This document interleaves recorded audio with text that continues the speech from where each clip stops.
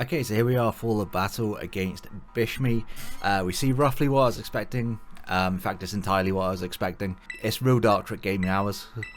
We're going to be leading off with it. He sets up webs, actually, I would kind of suck a little bit just because I've taken the boots off of 𝙈𝘖𝙂𝙗𝙗, but you know what? It is what it is. We might be able to trade 2 for 1 with Dartrix. That is the hope. There is a chance. Bronzong is the Tera captain that's turned up. He's Psychic, Water or Fairy, I'm pretty sure. Water seems most likely, potentially Fairy could work, but it could just be Psychic. That might also be an option for him. But regardless, I am going to lead off with Dartrix, and I'm going to try and claim a kill off rip, if possible. Yeah, Ribombee, if it's the lead and sets up webs, it will die for it. The only thing that realistically can take a hit here is, like, Bronzong. I mean, 𝙈𝘼𝙂𝙂𝙀𝙗 can as well. But everything else on this team should get knocked out by either Leaf Blade, Dual Wing Beat, or a combination of knockoff plus Shadow Sneak. So, yeah. I've explained Dartrix in full detail. There's no other reason to go over the rest of the team. There's only one Pokemon that I'm bringing this week.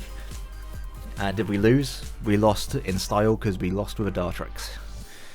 So good luck, have fun to 𝙈𝘂𝙂𝙗𝙗. 𝙈𝘼𝙂𝙂𝙗𝙗 is the lead. Okay. So we ain't fucking about, it seems. If that's the case, I will just go straight out into my designated Drago switch in. And we will see what this wants to do. If you are Specs, then Earth Power from Modest won't even put me in my Citrus range. This is the most obvious switching of my life, but at the same time it's the switching I have to make. And I go for Earth Power. That does absolutely nothing.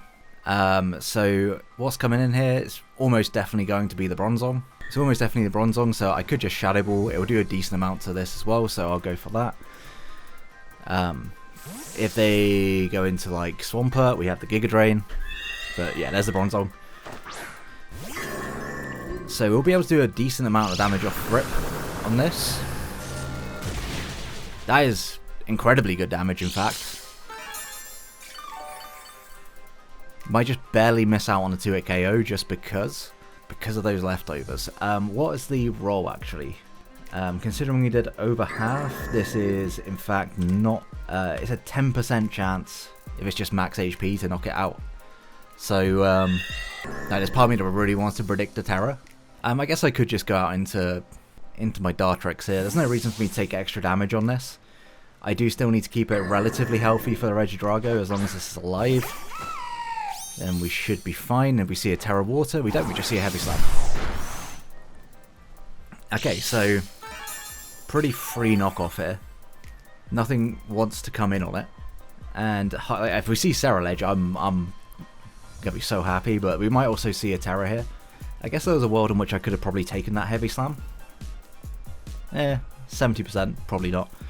That did a lot actually to my Dartrix here. Put me down to 197. Are you just like max attack? I think it is just max attack. So we'll knock this off. I assume. Oh, it's boots. Okay, it's not the thing, the stuff. I will just Dual Wing Beat. Again, I don't really need to predict too much around this because it's boots. It should never actually do all that much damage to me. It can set up webs, but it will die for it. This was like the lead that we wanted, so yeah, I'll definitely take that. And they're just going to U-turn. Do they just go back out into Bronzong? Honestly, they probably could. Kind of expected, but at the same time.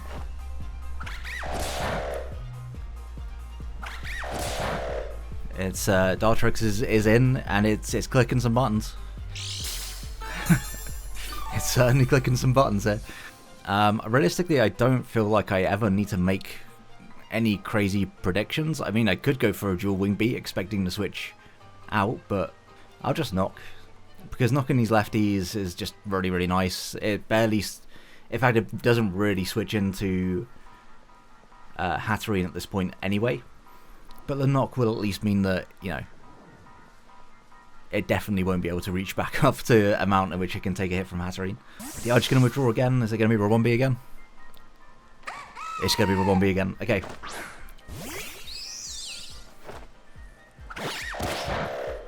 Like, I'm never going to make a prediction with this mon. I can literally just stay in and keep clicking the same moves over and over. They really don't respond to it particularly well. And like, they can keep U-turning and going into Bronzong, but it's not actually gaining them anything. They just Moonblast. Yeah, we're going to live that. And we connect with a dual wing beat. So Dartrix getting a kill. We love to see that. No webs either, which is beautiful. And you know what?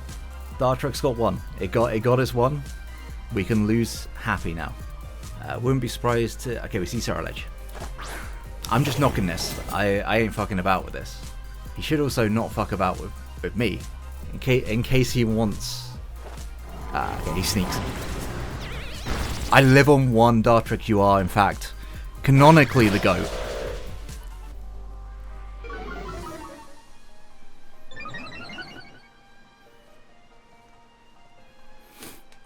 So that did a really good amount of damage. I'm going to sneak. I'm going to at least attempt it. Nah, they just sneak as well. Makes sense.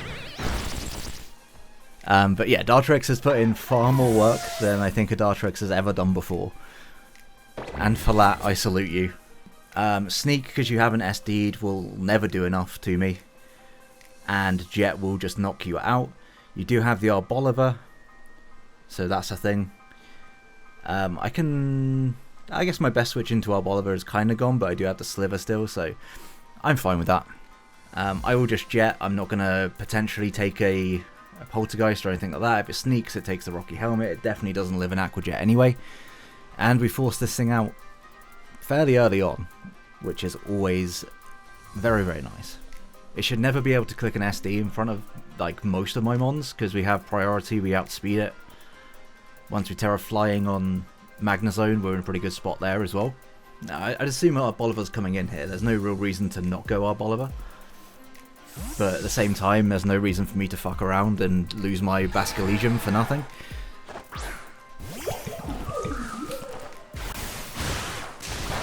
That's a solid 1%. In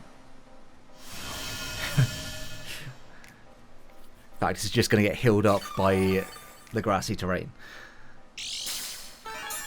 And it's leftovers. Okay. That's fine, because I'm going to start putting them in the vortex, I think. And in case they try to make a read here, I'm flip turning. They don't really have a reason to make a read.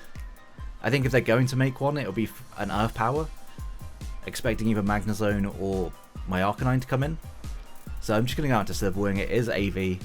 It's designed to take this mon on. And realistically, the best it can do is hit me with a Luring Voice, which will do about 30-ish%. And I can just use that out. So that's actually reasonable. I say that was a reasonable amount of damage. That was a crit. But still, pretty good damage. And just going to go out to Sliver. With the grassy terrain up as well, even if it's modest max, it will not 3-hit KO me. Yeah, there's the Alluring Voice, good read. But we are AV AF, and we just straight up don't care. And I hope you enjoy this cycle, because you're going around in it. This is kind of what the team was drafted to do, and I haven't really done it in the first few weeks. But now we've got like all the pieces to make this work. I do need to Tera flying really quite soon on my Magnezone, so I think I bring it out on the Swampert and just Tera it, because I can Tera and just go for Specs Tera Blast, and it really does a lot of damage to a lot of things. We've seen it's not especially defensive Bronzong, so I think with the analytic boost we might be able to 2-hit KO it. It might be heat proof as well, just for my Arcanine. So yeah, they're going to withdraw. Is it going to be a Swampert? I can see a Swampert coming in. I could also see Ceruledge, but I think you don't want to do that.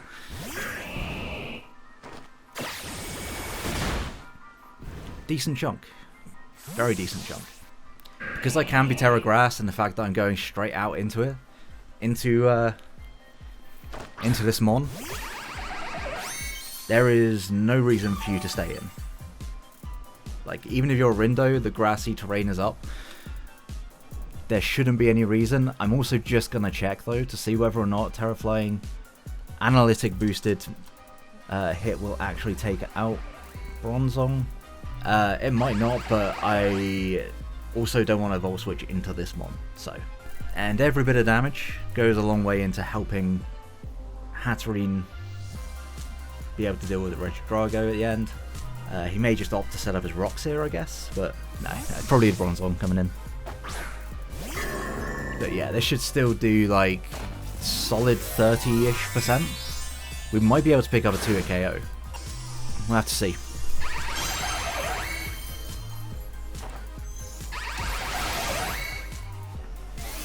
I think I probably do want to keep this mon relatively healthy, but that does look like a 2-hit KO as well, so. It is heat proof, so I think I'm pretty free just to click Tera Blast again. It's not going to be analytic boosted, so it's not going to take it out from this range. Very close. And sets up rocks. A little unfortunate, but also not the end of the world, because what do you bring in? Like, what can realistically come in on this afterwards? Nothing should be able to one-shot us out of what? Outside of... realistically, only the Regidrago? Do I live a Regidrago hit? It wasn't Specs, we saw that much. If it's Scarf Dragon Energy, then I probably don't. Swampert comes in. I mean, that's fine. I'll just Tera Blast this as well. Because you should outspeed us. I'm going to assume you're going to go for an Ice Punch. But I will gladly take my damage here. Right. Yeah. That does absolutely nothing. And this Tera Blast might just knock you out, depending on your investment. So close. I'm almost at a point in which I can just use priority to kill Drago as well, which is quite nice. Taking Ice Punch at this point is... like, things could be worse. So I'll just go for another Tera Blast.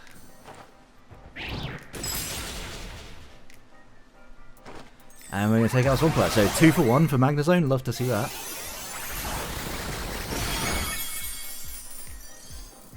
Can Ceruledge knock me out from here? Probably can. I didn't see how much health. I think I'm at like 147. So actually Bitter Blade wouldn't knock me out. It would have to be Poltergeist. Unless you're adamant. If Drago comes in, I am not going to make any kind of predictions here. Do I... no, I've still got plenty of mons in the back.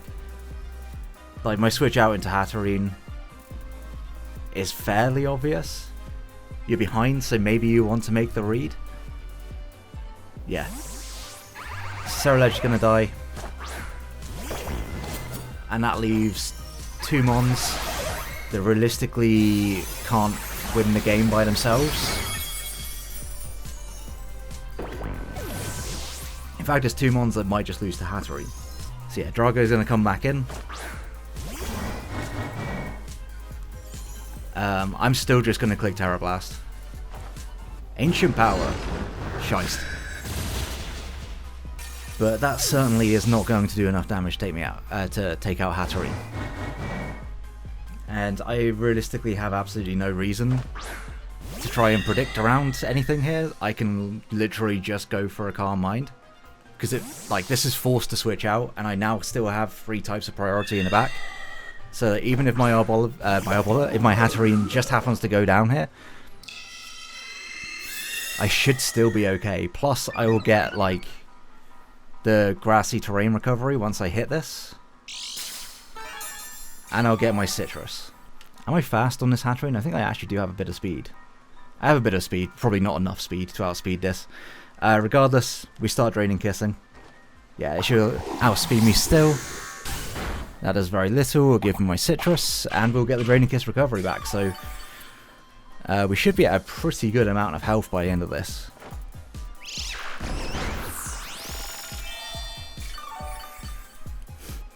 Yeah, 268 is plenty. Plus the Seed Sower, we're going to be like... I'm just going to keep Calm Minding. I don't think there's any reason for me to not do it here. I know the grassy terrain is up now, but like we can't break this mon in our current position. I think we just have to keep clicking Calm Mind. I can still deal with the last 2 mons, I believe, without this mon, so if any bullshit happens, like getting crit, then should still be okay. But regardless, I think I do need to end this exchange at a good amount of health, so I think now is the time to just start draining kissing. I should be getting roughly the same amount back from what I am losing per turn. So puts me down to 110 from 179, I think that was. Puts me above 200, I believe. Oh yeah, we got lows back. It's going to be a little bit arduous, or arduous. There's something there. There's something. But we should be able to take this 1v1 very, very slowly. We might even get up to enough health that even a crit won't be enough to take us out. And yeah, 𝙈𝘖𝙂𝙂𝙀𝙊 should just see out the rest of this game. I believe that we take it out with the next Draining Kiss. So we just got to survive like one turn. And I think it's Choice Scarf on 𝙈𝙂𝙂𝙀𝙊, if I had to guess. Just because of the way that he's been playing it. So we should be good against that. No crit. No special defense drops as well. So you're very unlucky to not get anything. But we were back up to full at the end of this turn. And like I say, even with a crit, Earth Power should never do anywhere near enough damage to our 𝙈𝙂𝙂𝙀𝙀 here to be able to knock us out. And this should be 4-0 for the season. 4-0 win. And I believe the differential will be +8. As long as all things go well on this turn, of course. So just going to click Draining Kiss. No reason to do anything else. I assume this will be an Earth Power. Yep. Just for the record, I would get like 100 and something % back from this Draining Kiss. So yeah, even if it crit, there was still like no way of it killing me. So good game to 𝙈𝘂𝙂𝙂. Like you enjoyed the battle, subscribe so you don't miss out on the rest of the season, and make sure to go check out 𝙈𝘂𝙂𝙂, link in the down description below, as well as coaches for the ICP this season. Until next one, have a great day guys. Peace.